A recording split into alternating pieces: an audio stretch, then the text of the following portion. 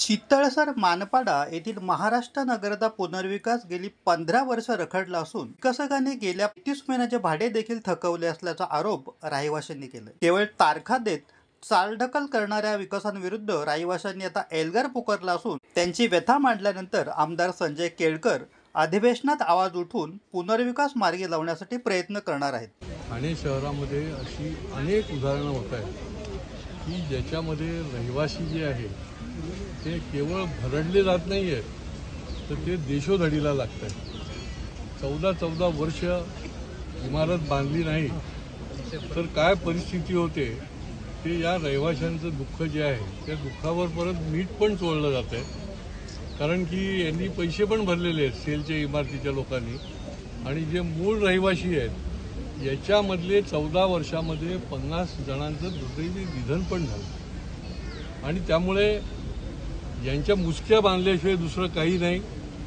हे जे विकासक आहेत अनेक ठिकाणी या रहिवाशांना फसवणुकीचे प्रकार होत आहेत त्याच्यामध्ये आमचं पूर्ण लक्ष आहे। आतापर्यंत आम्ही 6 विकासकांच्या विरोधामध्ये ईओडब्ल्यूकडे तक्रार करून त्यांच्यावर क्रिमिनल प्रोसिजर जी आहे ती सुरू पण केलेली आहे आणि त्यामुळे आज या ठिकाणी आता ही परांजपे स्कीम आहे काशीनाथ घाणेकरच्या पाठीमागच्या बाजूमध्ये आणि या स्कीममध्ये यांना घरं मुदतीत द्यायचं त्यांनी कबूल केलं होतं।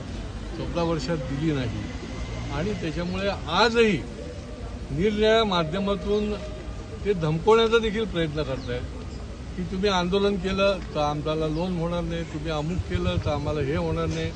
यांना लाज वाटायला पाहिजे। 30 महिन्याचं यांनी भाडं दिलेलं आहे या लोकांना आणि त्याच्यामुळे यांच्या मुसक्या बांधण्याशिवाय दुसरा पर्याय नाही। त्यामुळे सोमवारी आम्ही हे मॅटर जे आहे ते ईओडब्ल्यूकडे पण नेणार, त्यांच्याकडे फसवणुकीचा गुन्हा देखील दाखल करायला लागेल आणि अधिवेशनामध्ये देखील याच्या संबंधामध्ये तात्काळ त्यांच्या बाजूने काही निर्णय मिळण्याकरता काय प्रोव्हिजन करता येईल यासंबंधी देखील मी निश्चितपणे शासनाकडे मांडणी करतो। कायदा रद्द करा नका करू, आम्हाला आमच्या मुदतीत आम्हाला तुम्ही दिलेलं नाही, आम्हाला भाडी ताबडतोब सुरू करा नाही तर जेलमध्ये जा। अशा पद्धतीने ही यांची परिस्थिती आहे रहिवाशांची। कारण की यांना 30 महिन्याची भाडी मिळाली पाहिजेत आणि घर पण मिळालं पाहिजे, परंतु काहीच ते लोक देत नाही आहेत आणि त्याच्यामुळे याच्या विरुद्ध जे करता येईल ते या सगळ्या लोकांना त्यांच्या मागणीप्रमाणे आम्ही निश्चितपणे पिछा करावा। त्याने म्हाडाने अनेक इमारती ज्या आहेत जागा ज्या आहेत त्या तिथल्या लोकांच्या मान्यतेने विकासकाला त्या लोकांनी दिलेल्या आहेत। त्यामुळे म्हाडा याच्यातून बाजूला झालेला आहे। वर्तकनगरमध्ये 10 इमारती आहेत अशा, त्याच्यातल्या 6 इमारतीचे रहिवासी जेव्हा माझ्याकडे आले तर म्हाडाने कुठल्याही म्हाडाच्याकडे त्याचा अधिकार आता राहिलेला नाहीये।